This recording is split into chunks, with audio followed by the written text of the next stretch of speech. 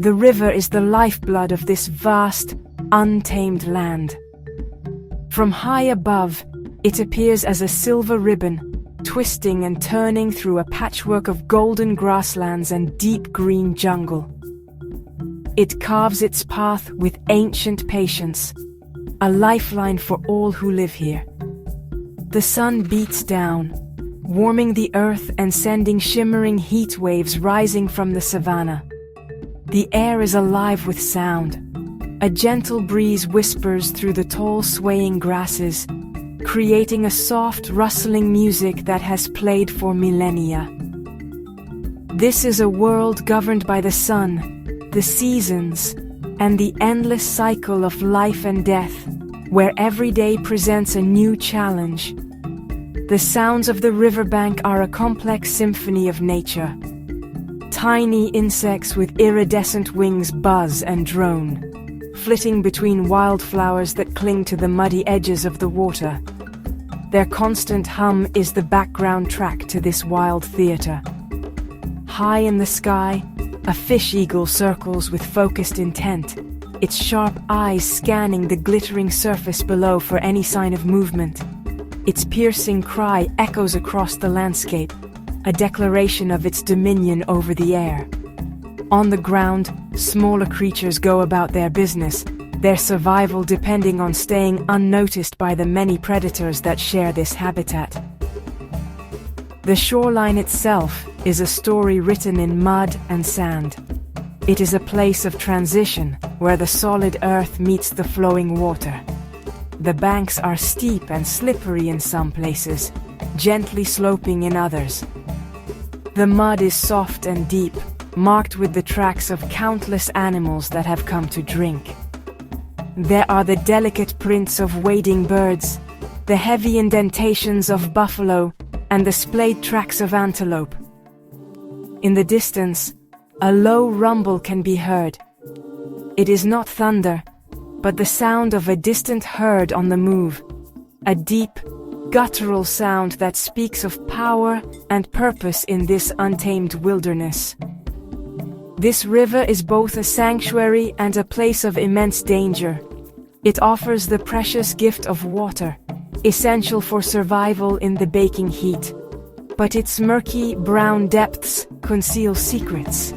It is a world hidden from the sunlit plains, a realm where ancient hunters lie in wait, perfectly adapted to their aquatic environment. For the animals of the grasslands, every visit to the water's edge is a calculated risk. Thirst drives them here, but instinct warns them to be cautious. The river gives life, but it can also take it away in a sudden, violent instant, maintaining a fragile and often brutal balance. Across the plains they come, a moving sea of muscle and dust, a magnificent herd of wild horses driven by a powerful, instinctual thirst. Their hooves drum a rhythmic beat upon the dry earth, a sound that carries for miles. The herd moves with a fluid grace, a single organism made of many individuals. Some horses walk with a steady, determined pace, their heads held low. Others break into a playful canter, tossing their manes in the warm air. They graze as they travel, snatching mouthfuls of dry grass, their strong teeth tearing at the vegetation. This is a community on the move, a family bound by instinct and necessity. The structure of the herd is clear to see. A dominant stallion, a powerful and battle-scarred veteran leads the way. He is the protector, the decision-maker. His muscles ripple beneath his glossy coat, and his eyes are constantly scanning the horizon for any sign of danger. He walks with an air of authority, occasionally nudging a straying member back into the fold. The mares and their foals form the heart of the herd. The foals, all long legs and youthful energy, stay close to their mother's sides. They are curious and playful, but their mother's watchful gazes keep them safe from straying too far from the protective core of the group. As they draw closer to the river, the mood within the herd begins to shift. The playful energy gives way to a quiet tension. The horses slow their pace, their breathing becoming more audible in the still air. You can see the subtle twitch of their ears, swiveling independently to catch every faint sound. Their nostrils flare, tasting the scent of water mixed with the damp, earthy smell of the riverbank. The foals press closer to their mothers, sensing the change in atmosphere. Every horse is now on high alert. Their powerful bodies are coiled springs, ready to bolt at the slightest hint of a threat. The promise of water is strong, but the instinct for survival is stronger. Here, at the edge of the world they know, the details become sharp and clear. You can see the fine dust coating their hides, the individual hairs on their manes ruffled by the breeze. You can almost feel the power in their legs, the strength in their hooves that can carry them for miles. The tension is palpable in their wide, dark eyes, which reflect the vast open sky and the line of dark water ahead. The lead stallion takes a final hesitant step, his hoof sinking slightly into the soft mud. He snorts, a cloud of warm breath misting in the air. The entire herd waits, frozen in a moment of collective uncertainty, their survival hanging on his next move. Beneath the calm, brown surface of the river, a different world exists. It is a silent, murky realm, where sunlight struggles to penetrate. Here, time seems to move more slowly. The only sounds are the gentle swish of the current and the muffled thuds from the world above. In this kingdom of shadows, an ancient predator lies in wait. It is a Nile crocodile, a living relic from the age of dinosaurs. Its body is a masterpiece of evolution, perfectly designed for ambush. It rests on the riverbed, its immense form almost invisible against the mud and decaying leaves. It is a creature of immense patience, capable of waiting for hours or even days for the perfect moment. The crocodile is almost perfectly still. Only its eyes, two cold, reptilian periscopes, break the surface of the water. They are positioned high on its head, allowing it to see the world above while keeping its massive body concealed. From its perspective, the world is a narrow slit of light and movement. It sees the legs of the horses as they approach the water's edge. They appear as dark, shifting columns against the bright sky. The crocodile does not see individual horses. It sees a collection of potential targets. Its brain, ancient and primal, processes this information with cold, calculated efficiency. It is not driven by malice, but by the pure, unyielding instinct to hunt and survive. It begins to move, but with such stealth that it barely disturbs the water. Propelled by a slow, powerful beat of its tail, the crocodile glides through the depths. It is a ghost in the water, a silent, deadly shadow. It uses the river's current and the cover of submerged logs and aquatic plants to mask its approach. Its movements are deliberate and economical, conserving precious energy for the explosive burst of power that will be needed for the attack. It positions itself directly in front of the spot where the lead stallion is testing the water, a place where the bank is steep and escape will be more difficult. The hunter is now in position. The patience of the crocodile is absolute.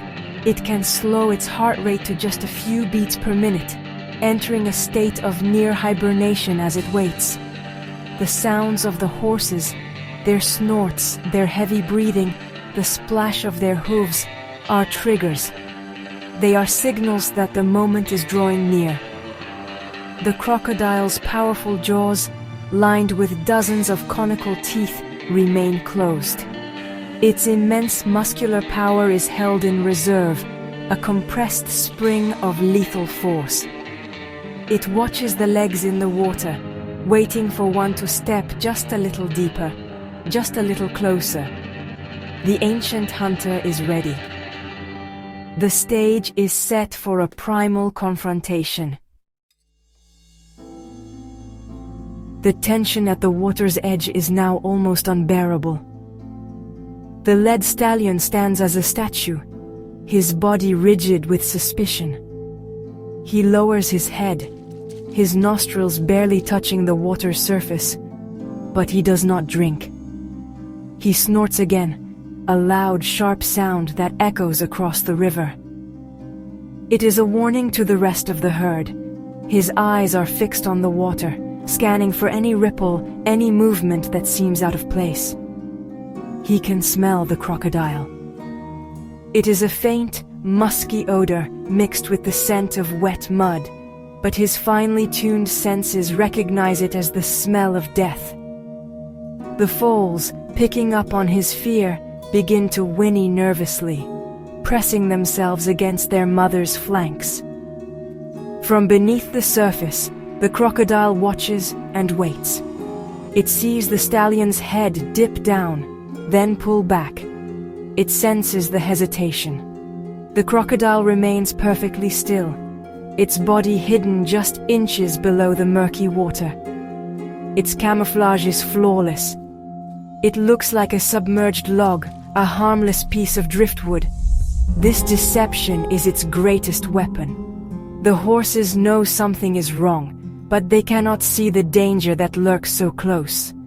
The crocodile's survival depends on this element of surprise.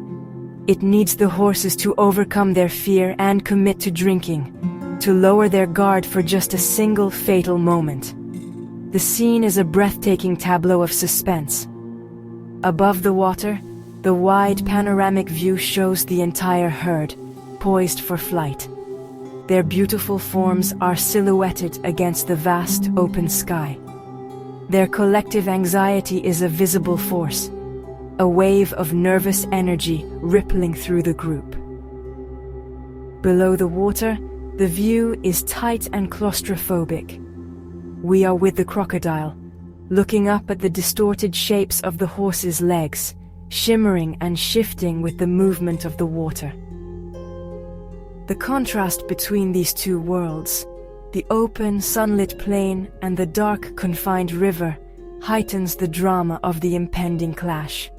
The stallion takes another step back from the water, shaking his head violently.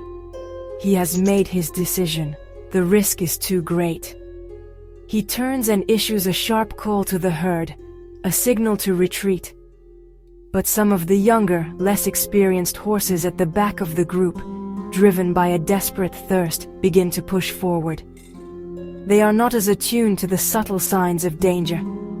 This momentary confusion is the opening the crocodile has been waiting for. It sees the press of bodies, the chaos, and knows that its moment has come.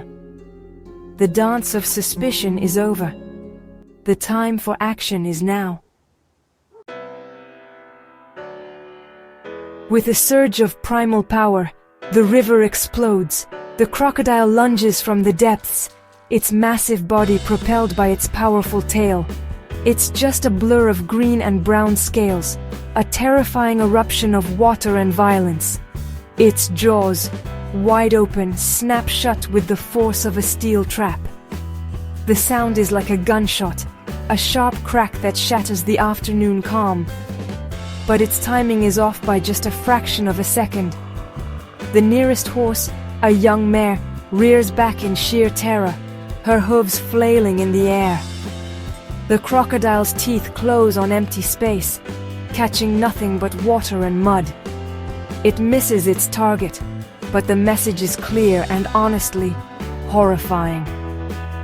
Panic rips through the herd like wildfire. The cautious tension of moments before is instantly replaced by blind, instinctual fear. The horses wheel around, their powerful legs churning the ground as they scramble for safety. They collide with one another in their desperate haste to escape the riverbank. The air is filled with the sounds of their terrified cries, a chorus of high-pitched whinnies and panicked snorts. Dust and water spray into the air, creating a chaotic scene of thrashing bodies and flying mud. They do not look back. They simply run, their only thought to put as much distance as possible between themselves and the monster that erupted from the water. The attack is over as quickly as it began. The crocodile, its burst of energy spent, slides back into the murky water. It floats near the surface for a moment, its cold eyes watching the dust settle on the now empty riverbank. The failed hunt was a significant expenditure of energy, and it will, need to conserve its strength. It slowly swims towards a muddy sandbank further downriver, hauling its immense body out of the water to rest in the sun. For the crocodile, this was not a failure to be dwelled upon. It was simply a missed opportunity. Patience is its greatest virtue, and it will wait for another chance. Miles away, the horse herd finally slows its frantic retreat. Their sides are heaving, their bodies covered in sweat and dust. The led stallion circles the group, nudging them together, re-establishing order. The foals are trembling, still pressed tightly against their mothers. The immediate danger has passed, but the memory of the attack lingers. They are still thirsty, but their instinct for self-preservation has overruled their physical needs. The river has shown its deadly side. The herd will not be returning to this crossing. They must move on, to find a safer place to quench their thirst, even if it means a long and difficult journey. The sun begins to dip lower in the sky, casting long shadows across the savanna. The horse herd, now calm but still wary, begins its migration. They must find a new source of water before nightfall. The stallion leads them away from the river, heading inland, across the vast open plains. Their journey is a testament to their resilience. The landscape they travel through is teeming with other forms of life. A herd of zebra, their black and white stripes a dazzling spectacle, grazes peacefully. They lift their heads as the horses pass, watching them with a calm curiosity. The two herds share the plains, their lives governed by the same rhythms of migration and survival. As they travel, they encounter a family of giraffes. These gentle giants are feeding on the high branches of acacia trees, their long necks allowing them to reach the tender leaves that are inaccessible to other grazers. They pause their meal to observe the passing horses, their large soulful eyes blinking slowly. The presence of these other herbivores is a reassuring sign. It suggests that this area is relatively safe, that predators are not actively hunting in the immediate vicinity. Each species plays its part in the ecosystem's intricate web, their movements and behaviors providing information to one another in a silent language of shared experience. The journey is long, and the younger and older members of the herd begin to show signs of fatigue. But the group stays together, their social bonds providing strength and support. The stronger horses slow their pace, allowing the others to keep up. The mothers gently nudge their foals forward, encouraging them to continue. The landscape changes as they move. The open grassland gives way to a more wooded area, with scattered trees and denser brush. This new terrain presents its own challenges. It offers more cover for potential predators, so the stallion becomes even more vigilant, his ears constantly swiveling, his eyes scanning the shadows. Finally, they hear it again, the sound of flowing water. They have reached a different part of the river, miles downstream from the site of the attack. This crossing looks different. The banks are lower and more gently sloped, offering a wider, clearer view of the water. The river itself seems wider and shallower here. The horses approach with renewed caution, the memory of the earlier ambush still fresh in their minds. The stallion moves to the front, his body tense.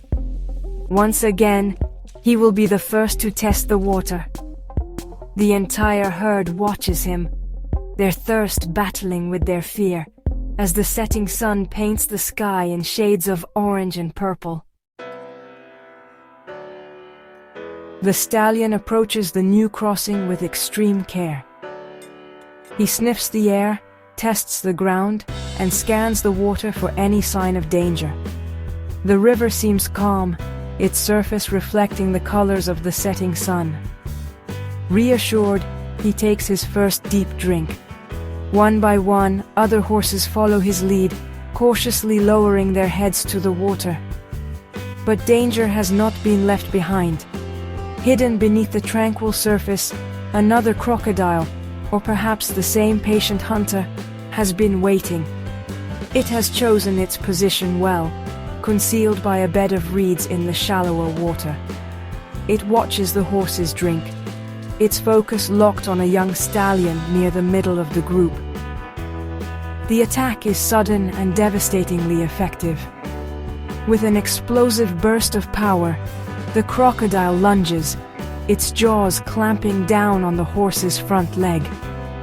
The horse shrieks in pain and terror, its cry echoing across the river.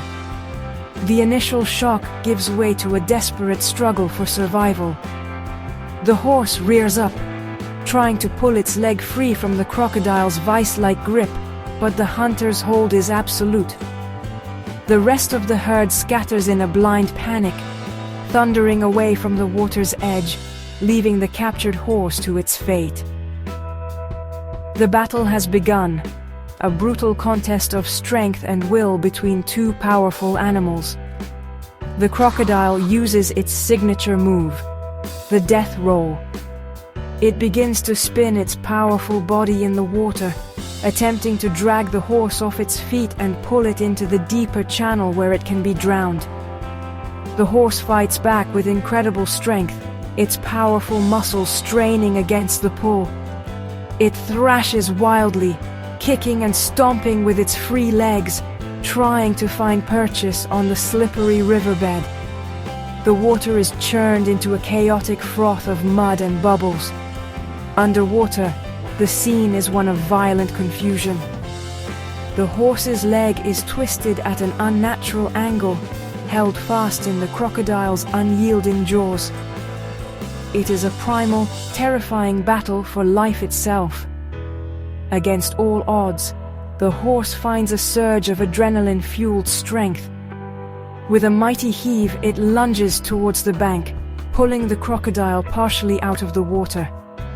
For a moment, the predator's advantage is lost. The horse rears and kicks again, its sharp hoof striking the crocodile's sensitive snout. The unexpected blow, combined with the horse's immense strength, forces the crocodile to release its grip for a split second. It is the only chance the horse will get.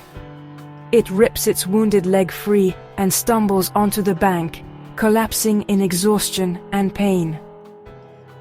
The crocodile, momentarily stunned, slides back into the river's depths to recover from the brutal fight. The injured horse lies on the riverbank, its body trembling, its breathing ragged and shallow. Its leg is badly wounded, bleeding freely into the soft mud. It has survived the attack, but the cost has been high. Slowly, painfully, it struggles to its feet. It cannot put any weight on its injured limb, but instinct drives it to move, to rejoin the safety of the herd. It limps away from the terrifying water's edge, leaving a trail of blood on the ground. In the distance, the herd has stopped running. They turn and wait, watching their wounded companions' slow and agonizing journey back to them.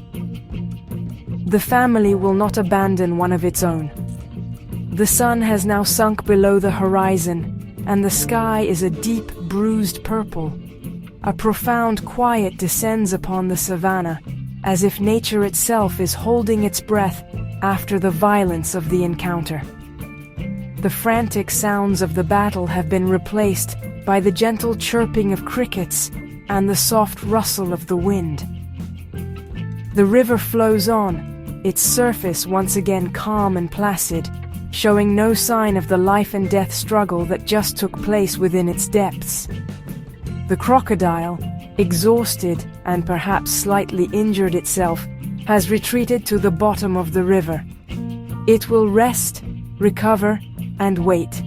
Its ancient cycle of patience and predation will continue. The herd gathers around the injured stallion, nuzzling it gently with their muzzles.